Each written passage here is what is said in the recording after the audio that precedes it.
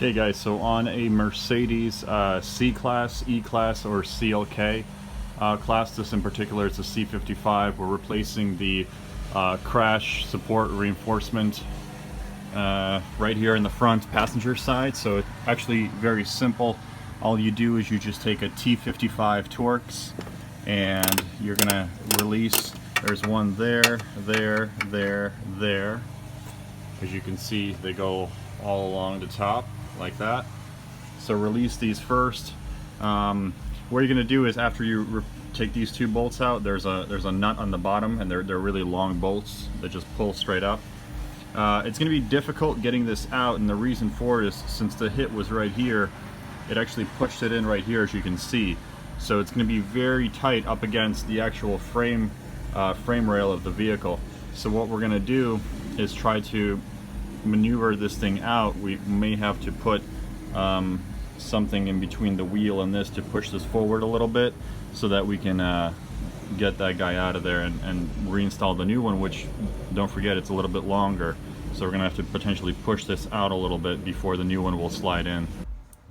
Okay guys, so the next thing you're gonna do after all those bolts are removed, and basically all I used was this T55 Torx with a long breaker bar, and you can go in either through the bottom like this, or what I did was I just wedged it from the top and behind. After you're done with that, take a 8mm. You're going to remove that bolt right there from the very bottom, which sits right there. So there's going to be 8mm there. You're going to remove it, and I also had to remove an 8mm here from this bracket right here. And then what you're going to do is take a 10mm and remove this metal rod that sits. It connects into, let me see, connects into here, and then goes all the way down and connects right there.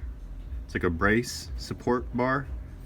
And the funny thing is about this car is it has a rebuilt title, but they already issued it. I didn't rebuild this car originally, so I wonder how this passed, or potentially was after that this happened. Anyway, then you got three 10mm bolts up top here. Leave this bracket in. Don't unbolt it from the top. And then we'll have to do the two main bolts here, which are going to be the hardest to get out because they're in the worst position. Okay guys, so here's where we're at. I was able to remove this.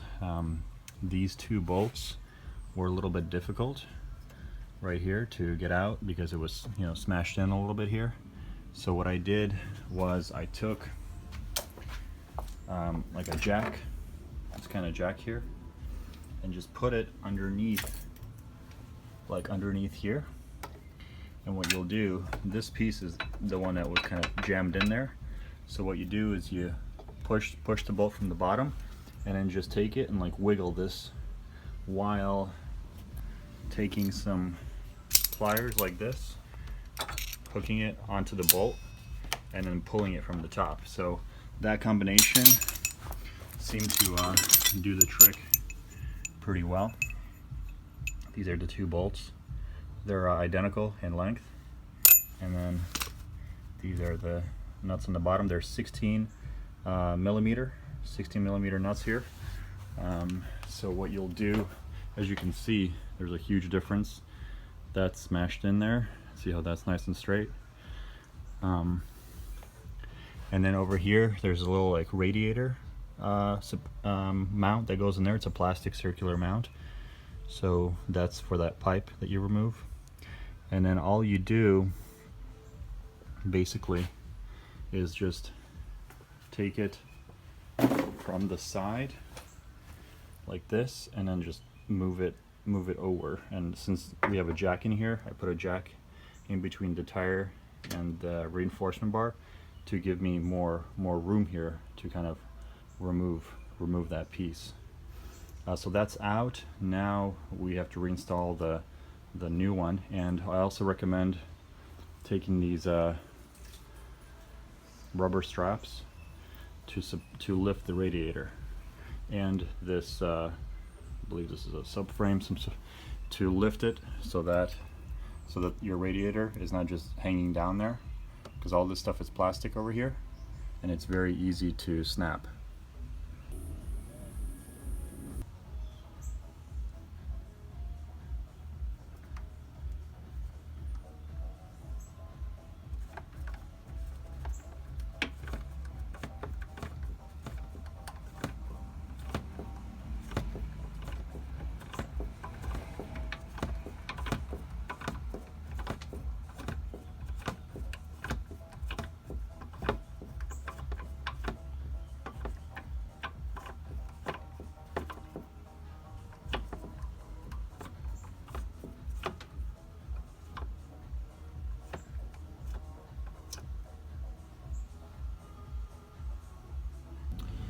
Alright guys, so basically all complete here.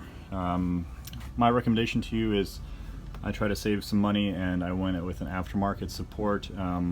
Pay double the price, buy the OEM one, because I had some issues lining it up here. It was I had to open it up a little bit, and then I had some issues lining it up there, and then those 1, 2, 3, 4, one of that bottom one, it's extreme. The metal is very soft, so it's very easy to cross thread. So I threaded that one there. So I had to drill a new hole and add that one there. So yeah, just save yourself the money. And then also, if you notice, it's not as strong as the original. See how it has a cut in the middle there? They just welded it like there. They basically spot welded it, whereas the original one closes in like that. You see that?